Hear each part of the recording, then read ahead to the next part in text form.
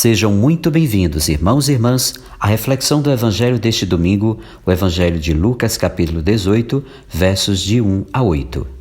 Vamos comentar o Evangelho de hoje em 4 pontos importantíssimos.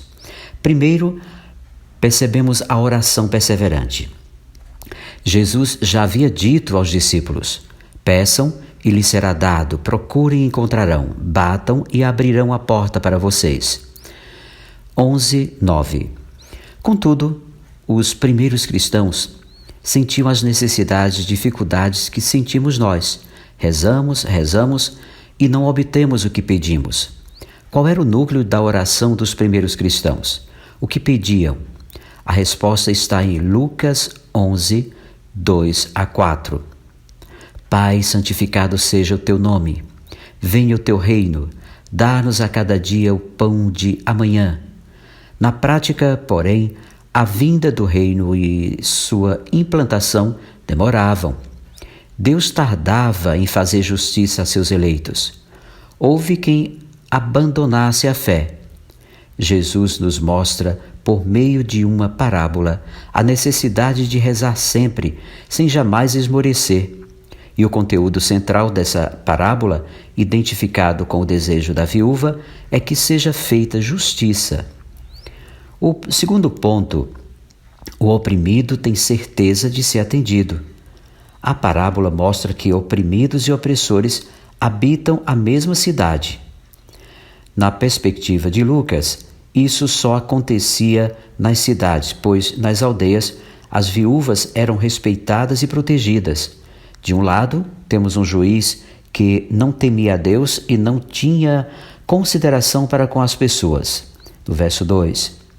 No caso em questão, temer a Deus significava aplicar a lei que impedia as injustiças contra as viúvas. Então, podemos ver que tal consideração para com as pessoas era não fazer distinção no julgamento, favorecendo o opressor em detrimento da viúva e do pobre. O juiz devia ser imparcial. Todos são iguais perante a lei. Do outro lado, temos uma viúva, símbolo das pessoas mais desprotegidas contra a ganância dos doutores da lei. Conferir Marcos 12, 40, Lucas 20, 47, que se dirigia insistentemente ao juiz pedindo justiça contra o adversário. E no verso 3 a gente confere isso. A viúva não tinha, quer no Antigo Testamento, quer no tempo de Jesus, um defensor legal, ficando assim à mercê dos juízes desonestos. E a gente pode conferir isso em Isaías 1:23. As leis que ordenavam defender as viúvas nunca foram levadas a sério. Não esqueçamos que os doutores da lei eram peritos em legislação. No ponto 3, muito em breve Deus fará justiça a seus eleitos. A intervenção de Jesus visa aplicar a parábola aos ouvintes. Ele chama a atenção para o gesto do juiz injusto, que fez justiça para ser livre ou se ver livre da amolação daquela viúva. Se só por causa disso acabou dizendo e fazendo justiça, quanto mais Deus, que se interessa pela pessoa, pela causa do oprimido. De fato, Deus é o protetor das viúvas.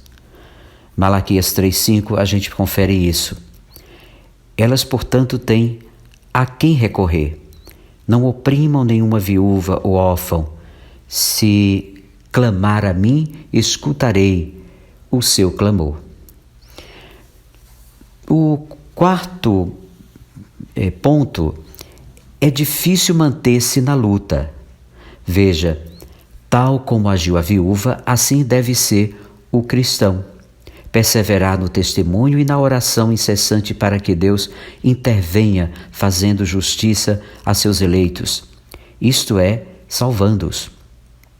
Mas a parábola termina com uma interrogação desafiadora. Quando o Filho do Homem voltar para fazer justiça, encontrará a fé sobre a terra?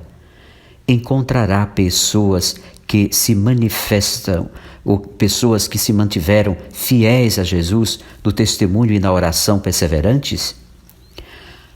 A pergunta é uma admoestação severa.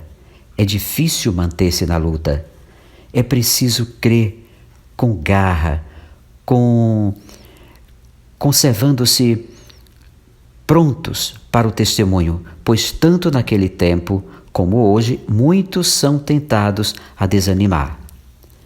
Por isso, fielmente, a expressão do verso 8 pode ainda ser entendida assim: somos pessoas de fé a tal ponto de reconhecer a presença da justiça de Deus agindo já em nosso meio. Ou temos fé só para a vinda do Filho do Homem no final dos tempos?